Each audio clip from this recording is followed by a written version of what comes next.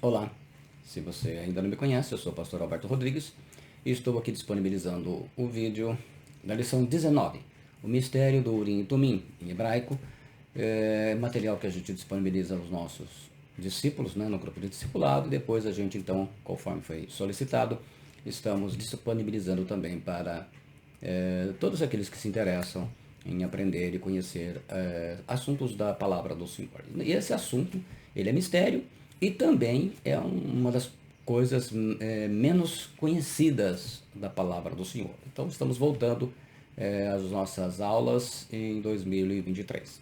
E nós vamos falar sobre o mistério do Urim e Tumim. Em Êxodo 28:30, nós lemos assim: também porás no peitoral do juízo Urim e Tumim, para que estejam sobre o coração de Arão. Quando entrar diante do Senhor, assim Arão levará o juízo dos filhos de Israel sobre o seu coração, diante do Senhor continuamente. Então, o texto da palavra do Senhor nos coloca assim: peitoral, a palavra Roshem, peitoral do juízo, Roshem Mishpat. Peitoral, na verdade, uma bolsa, né? Algo que continha duas pedras, Urim e Tumim. Haviam 14 pedras, no total de 14 pedras na roupa, né? Do sumo sacerdote, 12 símbolos das tribos de Israel e as duas Urim e Tumim. Então, podemos ilustrar mais ou menos assim para vocês verem, né? Aqui as 12, né? Aqui as 12 pedras, símbolo das 12 tribos de Israel, e Urim e Tumim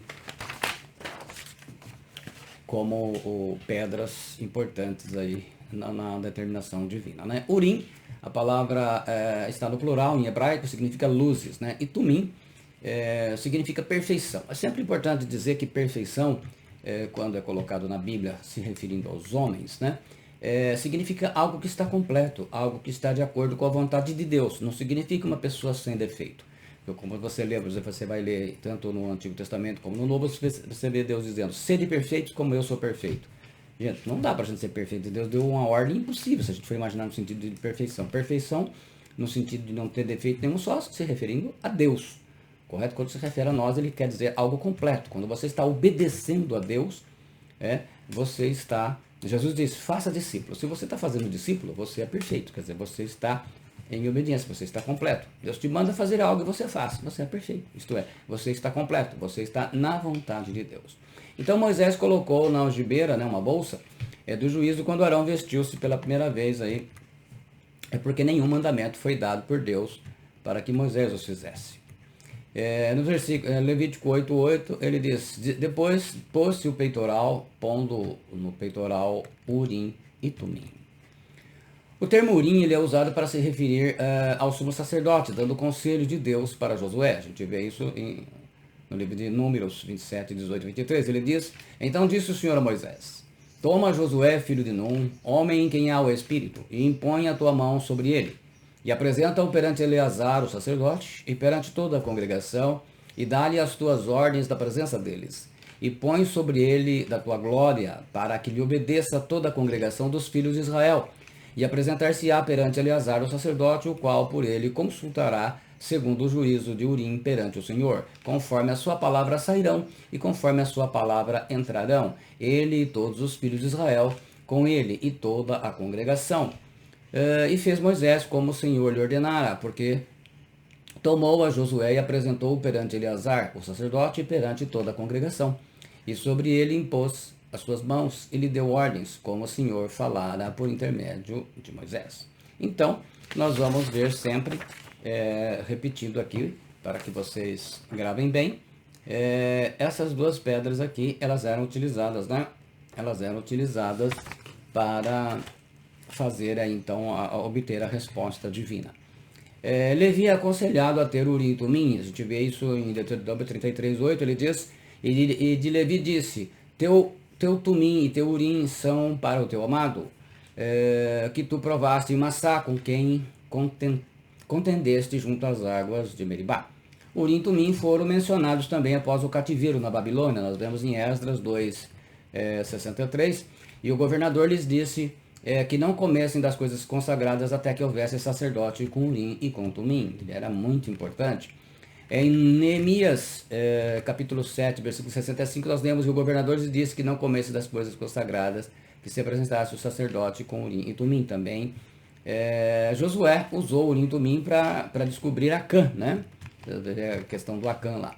E fazendo chegar à sua casa homem por homem, foi tomado Acã, filho de Carme, filho de Zabde, filho de Zerá, da tribo de Judá. Josué 7,18. Mas aí no caso do Gibeão, que ele foi enganado, ele não utilizou e foi enganado, né? Urim e Tumim foram usados na divisão da terra para as tribos de Israel, até porque também se não fosse daria problemas, né? Uns poderiam não aceitar, e então a vontade do Senhor era revelada. Em Josué 17,4 nós lemos: estas, pois, chegaram diante de Eleazar, o sacerdote, e diante de Josué, filho de Num, e diante dos príncipes, dizendo: o Senhor ordenou a Moisés que se nos desse herança no meio de nossos irmãos, pelo que, conforme a ordem do Senhor, lhes deu herança no meio dos irmãos de seu pai. Em Números 34, 16, 17, nós lemos: falou mais o Senhor a Moisés, dizendo: estes são os nomes dos homens que vos repartirão a terra por herança: Eleazar, o sacerdote, e Josué, filho de Num. O Urim e Tumim foi o método usado para escolher cidades, as cidades certas para os levitas viverem. Nós vemos isso em 1 Crônicas 6, 61 e 65. Mas os filhos de Coate, que restaram da sua família, tiveram por sorte 10 cidades da meia tribo de Manassés. E os filhos de Gerson, segundo as suas famílias, tiveram 13 cidades da tribo de Issacar, e da tribo de Aser, e da tribo de Naphtali, e da tribo de Manassés, em Bazã. Os filhos de Merari, segundo as suas famílias, tiveram por sorte 12 cidades da tribo de Ruben, e da tribo de Gad, e da tribo de Zebulon. Assim os filhos de Israel deram aos levitas essas cidades e os seus arrabaldes, e deram-lhes por sorte essas cidades, da tribo dos filhos de Judá, da tribo dos filhos de Simeão e da tribo dos filhos de Benjamim, as quais deram os seus nomes. Então, a gente vai vendo aí que o Urim e Tumim, ele tinha sido uma ferramenta, uma roupa, onde Deus revelava a vontade, e o povo hebreu, então, podia resolver questões muito importantes.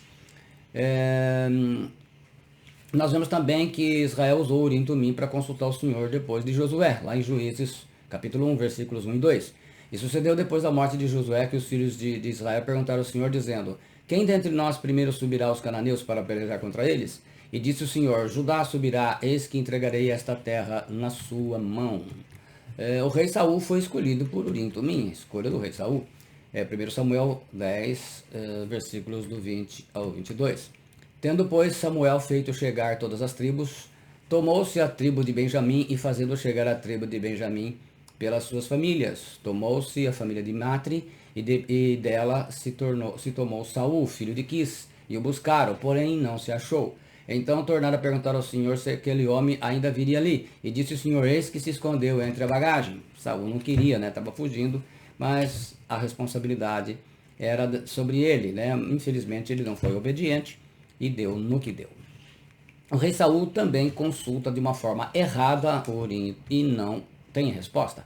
1 Samuel 14, 37, nós lemos assim: então consultou Saul a Deus, dizendo: descerei atrás dos filisteus, entregá-lo-ás nas mãos de Israel? Porém aquele dia não lhe respondeu. O rei Davi consultou ao Senhor por Urim e Tumim e recebeu respostas.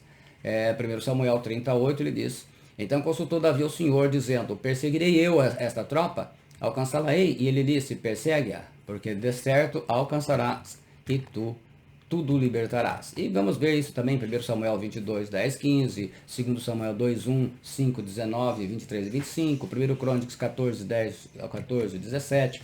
Há várias citações que a gente vê na história dos reis e na história do povo hebreu, a utilização do Urim e Tumim.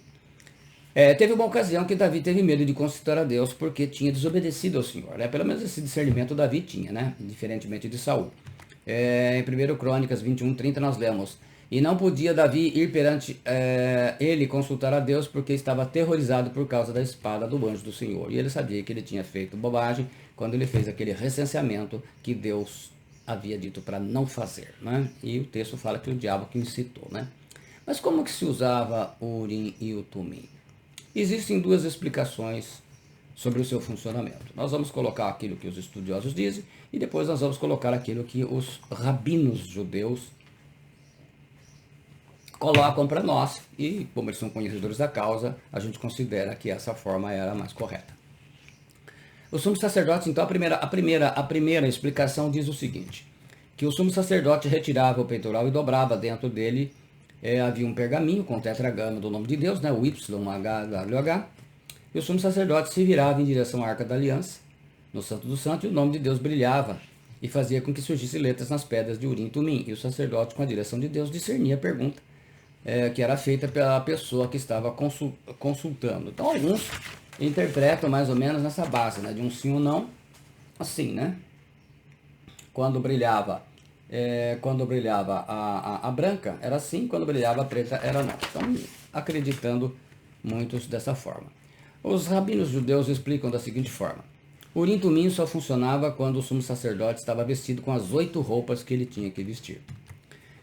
Quem geralmente podia perguntar? O rei de Israel, o principal líder das 12 tribos do povo hebreu, e os sábios da grande assembleia, o Sinedrim, que veio ser chamado para nós aí o Sinédrio. A pergunta não era algo particular, não podia perguntar, tipo, muitos cristãos atuais procuram nas profetadas, nas orações do monte, aí não. Com quem vou me casar? Será que vai dar certo namorar tal pessoa? Como ganhar dinheiro e ficar rico? Vou conseguir trabalhar naquela grande empresa? Não, nada disso. A pergunta era algo que influenciaria ou poderia influenciar o futuro do povo de Israel. Era algo que tinha a ver com a coletividade, com a comunidade. Como sobre casos de guerra, santidade de Jerusalém, casos de um rei, decisões que ele devia tomar em relação ao povo e assim por diante. Então eram sempre coisas importantes. A pessoa perguntava sussurrando, ela não perguntava em voz alta e nem era somente em pensamentos. Era como a forma que a pessoa faz a sua oração pessoal do devocional, mas quem faz o devocional já sabe disso, aquela oração que você fala sussurrando. Um exemplo como você vê em Ana, é quando ela faz a oração para ter um filho, né? Depois Deus lhe dá Samuel. O sacerdote ali até pensou que ela estava bêbada, né? E ela não estava, né? Ela estava embriagada. Ela falou, eu não sou filha de Belial, né? Eu não sou chegada em bebida alcoólica. Ela era uma serva do Senhor. Assim, a pessoa perguntava ao Senhor. E o que acontecia? Existiam as 12 pedras, com os nomes nessas do que eu acabei de mostrar para vocês, as 12 pedras, em que haviam as letras. Então, a gente fazendo um paralelo, né? Aí, para a gente voltar, então a gente vê aqui, dá para ver aí. Então tá aqui o Urim e Tumim, o éfode, né? Então aí tá aí a mitra, esse aqui é o peitoral do sumo sacerdote. Então isso nós estamos nos referindo, certo? Existiam então nas 12 pedras as letras dos nomes de Abraão, de Isaac e de Jacó. O alfabeto hebraico tem 22 letras. E o que acontecia que as letras se iluminavam de acordo com a resposta? Se a resposta era sim, iria iluminar a letra Kaf e a letra Nun, formando um Ken. Se a resposta era mais comprida, ia acender as luzes de cada uma dessas letras, correto? Veja bem e entenda, mas somente o sumo sacerdote conseguia ver e decifrar a resposta, só ele. Não tinha jeito de tentar, como a gente fala em português, dar uma pescoçada para ver o que é, não adiantava nada disso, tá? Por quê? Porque a resposta ela não vinha explícita, no sentido de que as letras vinham embaralhadas. E o sumo sacerdote, por inspiração divina, sabia desembaralhar e saber qual a mensagem que Deus estava passando. Então, implicava em santidade, em comunhão de Deus do sumo sacerdote. Era muito importante isso. Então, mesmo que o rei pudesse ver as letras, ver que elas estão acendendo, que as letras estão piscando de alguma forma, e estão sendo iluminadas sobrenaturalmente. O rei ou o consulente, ele não conseguia ver a ordem do que estava saindo ou da mensagem sendo revelada. Quer dizer, ele não iria entender nada. Não podemos nem falar, estava falando grego para eles ali, né? Somente o sumo sacerdote é quem poderia dar essa resposta. Mais ou menos, para fins de uma comparação e guardadas as devidas proporções bem guardadas, é como se fosse um intérprete de manifestação do dom de variedade de línguas, que se não tiver um intérprete, não se entende, né? Em 1 Coríntios 4, 14, 5 ele fala: eu quero que todos vós faleis em línguas, mas muito mais que profetizeis, porque o que profetiza é maior do que o que fala em línguas, a não ser que haja alguém que interprete para que a igreja receba edificação. Então, o sacerdote era aquele que interpretava a mensagem que vinha, não vinha em línguas, vinha em letras, né? Mas esse é o paralelo.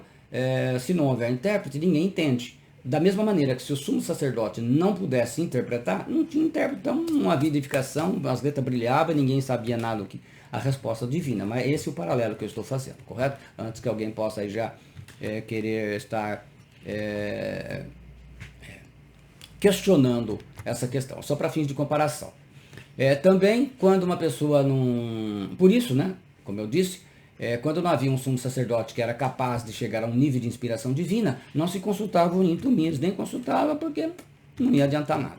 Também, quando uma pessoa não iria ter o mérito de perguntar, ele está perguntando algo que não convém perguntar, o Urim e Tumim simplesmente não iria funcionar, como aconteceu no caso de Saul.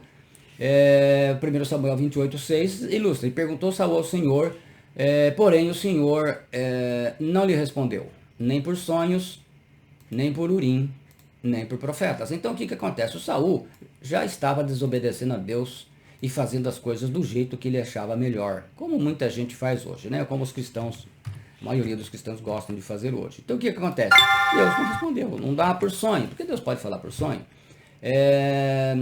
Não respondeu por Urim e por profetas, dos pregadores, quer dizer, nem as mensagens, nada, não vinha nada. Deus realmente se calou em relação a ele, né? Saul vê que o problema ele não é técnico do Urim e Tumim. O problema está com ele, por causa da sua desobediência a Deus. Como hoje se gosta de viver em desobediência? E o que a gente faz quando está em desobediência dentro de uma igreja? A gente apronta ali. A gente sai dali e vai para outra, não é? Larga lá, exatamente. O Saul foi algo mais ou menos que ele faz. O Saul, ele vendo isso, então ele vai buscar outra solução. O que ele faz realmente... ele vai fazer, até eu deixei uma mensagem, um vídeo já postado sobre isso, ele vai atrás da médium de Endor. Então ele vai atrás, como muita gente hoje acaba, muitas vezes, procurando suas médium de Endor, porque Deus não fala com ele na palavra. E se Deus não fala a palavra, você precisa de revelação de pessoas, realmente a coisa está feia para o teu lado. E aí vai buscar uma solução. Então realmente existiu uma roupa, o Urim e Tumim, que era uma profecia que Deus mandava através do sumo sacerdote. Até quando foi usado o Urim e Tumim? No segundo grande templo, o Beit Hamidash Hashem, foi o templo que o povo judeu construiu no século 6 a.C., após o regresso a Jerusalém. E a vinda depois de anos do cativeiro babilônico, né? Passaram 70 anos presos na Babilônia, como o Senhor havia dito a Jeremias, o profeta. No mesmo local onde o templo de Salomão existira, né, antes de ser destruído. Foi destruído novamente no ano 70 pelos soldados romanos, liderado pelo general Tito. O Muro das Lamentações é o único vestígio do que era o muro de contenção do segundo templo. Chegou o momento em que os sumos sacerdotes já não eram pessoas íntegras, boas e tementes a Deus. Eles eram pessoas que faziam parte dos saduceus, pessoas que modificaram a Bíblia para seus interesses pessoais, egoístas e visando dinheiro, como se está fazendo hoje dentro da Igreja do Senhor. Então já não se, vamos dizer assim, não é mais a fala de Deus, é o homem falando e enganando. E isso acontecia. A diferença é que o Urim e Tumim, ele só funcionava dentro do padrão de Deus. Hoje, né, o que a gente vê por aí, enganando as pessoas, está fácil, né? Defendendo homens e fazendo tanta bobagem, usando a palavra do Senhor. Então, esses sumos sacerdotes, eles não seguiam mais os preceitos de Deus como eles realmente estão escritos na palavra do Senhor. Então, mesmo que a roupa sacerdotal ainda existia, e eram 8, existia o pergaminho com o nome sagrado de Deus, o tetragrama, mas não adiantava nada perguntar, Deus não respondia. Por isso as pessoas realmente pararam de perguntar, de consultar o Urim e Tumim, isso na época do segundo grande templo de Jerusalém. Quando Jesus veio, portanto, não se consultava mais o Urim e Tumim, até porque aqueles sacerdotes, o sumo, né, Anás, Caifás, estavam todos corrompidos. Então Deus deixa de falar, então fica o homem falando. e inventando coisas, assim como se faz hoje na igreja do Senhor, né? Com as mesuzás da vida, e ficam inventando um monte de coisa, arca da aliança, que nem existe, é coisa terrível, né? A arca está perdida e só vai ser encontrada no tempo certo. Muito bem. E desde então, aonde estão as pedras de Urim e Tumim? Junto com todos os tesouros do grande templo que foram destruídos pelos romanos, muitos desses tesouros nós sabemos que acabaram terminando em Roma, em lugares que estão escondidos até o dia de hoje, e não se sabe ao certo. Então, provavelmente, na roupa sacerdotal ainda estão o Urim e o Tumim. Mas não adianta a roupa se aquele que a veste não estiver preparado para isso, né? E isso só vai voltar a acontecer na grande tribulação. Quando for levantado o terceiro templo, no tempo do anticristo, não somente a Arca da Aliança será encontrada, mas também as roupas do sacerdote e Urim e Tumim, conforme as profecias bíblicas. Urim e Tumim ele, não tem grande destaque na Bíblia para evitar superstições por parte dos cristãos de hoje. Especialmente você não vai ver isso amplamente no Novo Testamento. Que em geral são bem ignorantes sobre a palavra do Senhor, palavra de Deus, preferindo o oba-oba nos montes e os sapatinhos de fogo. Então, pessoas que gostam muito de barulho, mas tem aversão à palavra de Deus. Basta ver, até mesmo muitos pastores não gostam de ouvir mensagens, acham que sabe tudo. A gente tem que estar sempre procurando aprender, porque a gente nunca sabe tudo, a gente sabe bem pouco daquilo que precisa aprender. Quanto mais eu estudo a Bíblia, mais eu vejo que eu preciso aprender, porque eu não sei nada. O que a gente sabe, o nosso conhecimento em relação ao que precisa, não chega a 1%. A gente precisa estar sempre, como diz o apóstolo Pedro, crescer na graça e no conhecimento do Senhor. Infelizmente, o povo não gosta dessa palavra, crescer no conhecimento. Então, como eu disse, o Urim e Tumim, eles não têm grande destaque na Bíblia para evitar aí as superstições que gerariam, né? Você já imaginaram, isso ia virar uma verdadeira adivinhação dentro das igrejas. Já pensou quanto que ia se cobrar uma consulta dessa? Passando, né? Lá ia colocar porta para passar, e iam fazer um fuá danado. Então, não há, né? Deus já sabia dessas coisas, né? Apocalipse 2,17 nós lemos assim: quem tem ouvidos, ouça o que o Espírito diz às igrejas. Ao que vencer, darei eu a comer do maná escondido, e dar-lhe-ei uma pedra branca, e na pedra um novo nome escrito, o qual ninguém conhece, senão aquele que o recebe. O Urim será um presente a todo cristão, discípulo de Jesus, que vencer, como a pedra branca era dada aos vencedores nos jogos públicos da antiguidade. E muitos hebreus cristãos interpretam que aqui seria uma espécie de Urim, né? A pedra branca na mão, que seria um presente para todo aquele que for salvo. Então, em base a esta lição fala do Urim e Tumim. Espero que você tenha gostado, que você tenha entendido. Se gostou, deixa aí o seu like, né, o seu gostei. Se não fez ainda, se inscreva no meu canal, acione o sininho de notificações e compartilhe com aqueles que você está também, de repente, fazendo grupos. Você pode pegar as lições, pegar os textos citados e se apropriar com outras pessoas desse conhecimento. Estamos compartilhando com vocês. E vai ser importante, de repente, no seu grupo de discipulado, né, você se reúne aí, os seus discípulos, discipuladores, né, que Deus os abençoe assim. E, especialmente, que você compartilhe. Deus te abençoe em nome de Jesus. Não perca na sequência, lição 20, nós vamos estar falando sobre o livro do Levítico e temos mais assuntos para compartilhar com vocês. Deus te abençoe em nome do Senhor Jesus Cristo. Amém. Obrigado.